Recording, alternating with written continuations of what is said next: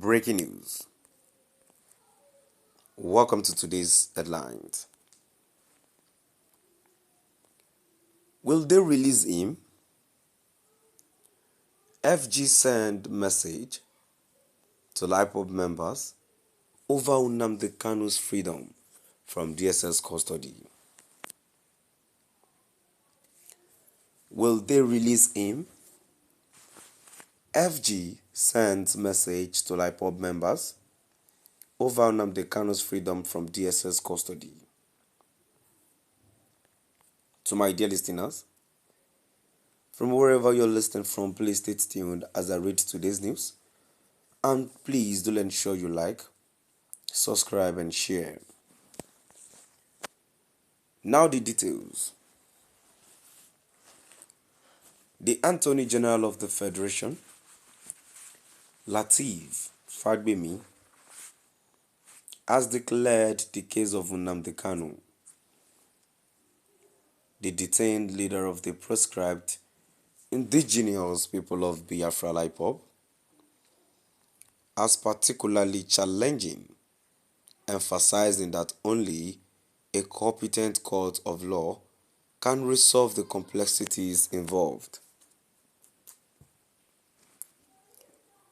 Niger News reports that Fagbemi made this statement during the sectoral ministerial briefing marking the first anniversary of President Bola Ahmed Tinubu's administration.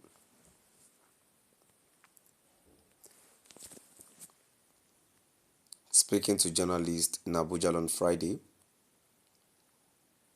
Fagbemi highlighted the intricate nature of Kanu's legal situation, noting that the matter is currently before the court and thus requires the legal process to take its course without interference.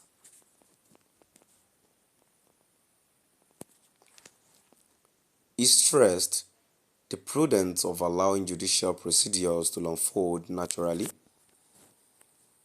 respecting the principles of due process and rule of law.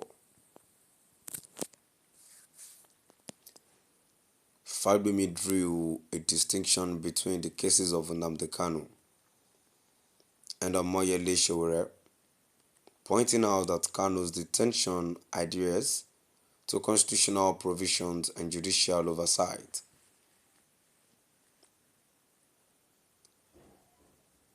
The matter is sub judice, and as such, we must let the law take its course, he reiterated, underscoring the importance of legal propriety in handling such sensitive issues.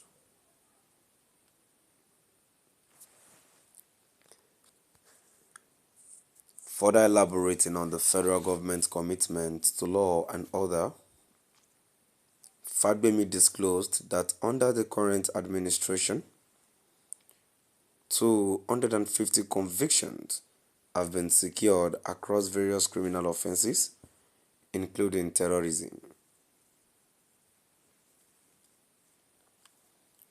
These achievements, he noted,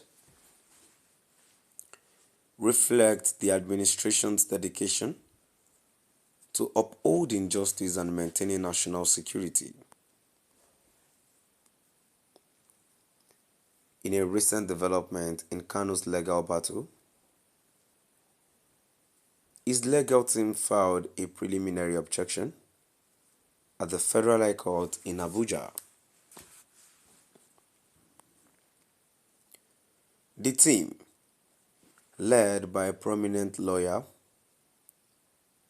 questioned the jurisdiction of Justice Binta Lunyako to continue the trial on several counts, citing constitutional contempt and previous international tribunal decisions.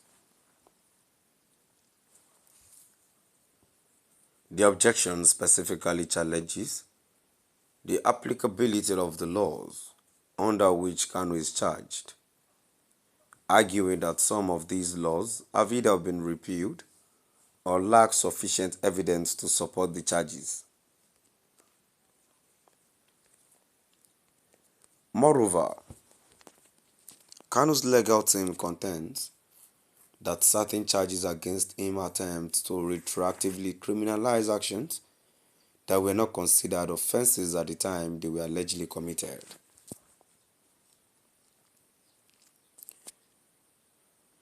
This argument raises significant constitutional questions about the fairness and legality of the prosecution's case.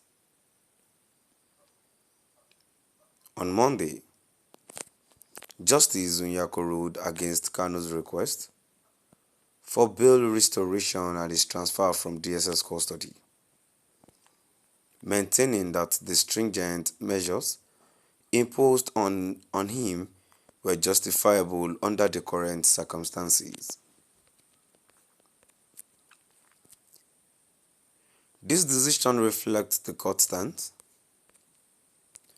on the need for strict oversight in handling cases with significant national security implications.